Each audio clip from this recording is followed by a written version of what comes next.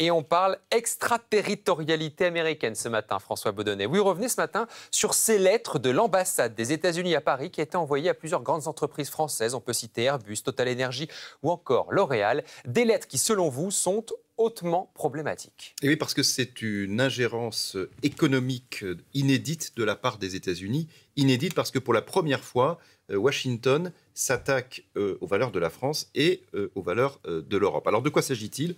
En fin de semaine, donc, des grandes entreprises françaises reçoivent une lettre en anglais leur demandant de mettre fin à toute pratique de discrimination positive. Sinon, eh bien, elles ne pourront plus décrocher des contrats publics aux États-Unis.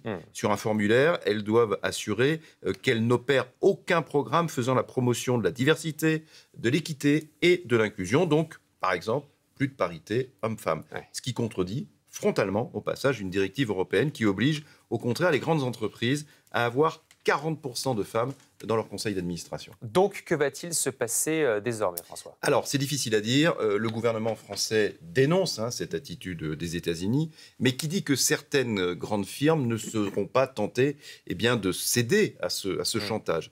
En effet, la pression américaine est forte et les multinationales sont malheureusement habituées à ce que les États-Unis sanctionnent des entreprises étrangères partout dans le monde. C'est ce qu'on appelle l'extraterritorialité des lois américaines qui, depuis 50 ans, et en particulier depuis Barack Obama, ne cesse de se renforcer. Alors voilà comment ça marche. Si une entreprise non américaine enfreint une loi américaine, n'importe où dans le monde, pas aux États-Unis, n'importe où dans le monde, alors que cette entreprise fait des transactions en dollars ou que simplement ses emails transitent par des serveurs aux États-Unis, vous voyez, c'est très large, eh bien, dans ce cas, Washington peut la sanctionner. Autant dire que aucune firme ne peut y échapper. Et c'est ainsi que la banque française BNP Paribas, en 2015, a dû verser, tenez-vous bien, la somme record de 8,9 milliards de dollars d'amende pour ne pas avoir respecté l'embargo sur Cuba. C'est ainsi aussi qu'un cadre dirigeant d'Alstom a passé plus de 2 ans en prison aux États-Unis. Le groupe français était accusé de corruption en Arabie Saoudite.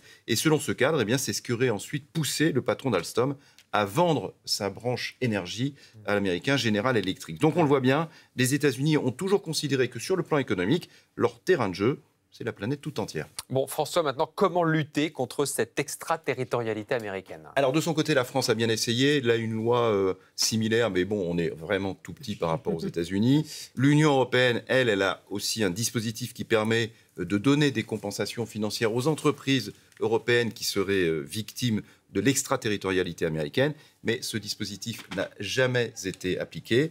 Or, la réponse se situe nécessairement au niveau européen, et pour le moment, l'Union européenne est plus préoccupée par les droits de douane, dont nous parlons ici chaque matin, que par l'extraterritorialité américaine. Et c'est dommage, parce que l'extraterritorialité et les droits de douane sont les deux facettes d'une même guerre commerciale que Washington livre au monde entier. En effet. Et à propos de droits de douane, d'ailleurs, Donald Trump a dit il y a quelques heures que dans tous les cas, les droits de douane qu'il compte mettre en place dans les prochains jours seront, je cite, plus généreux que ceux que les autres pays imposeront aux États-Unis.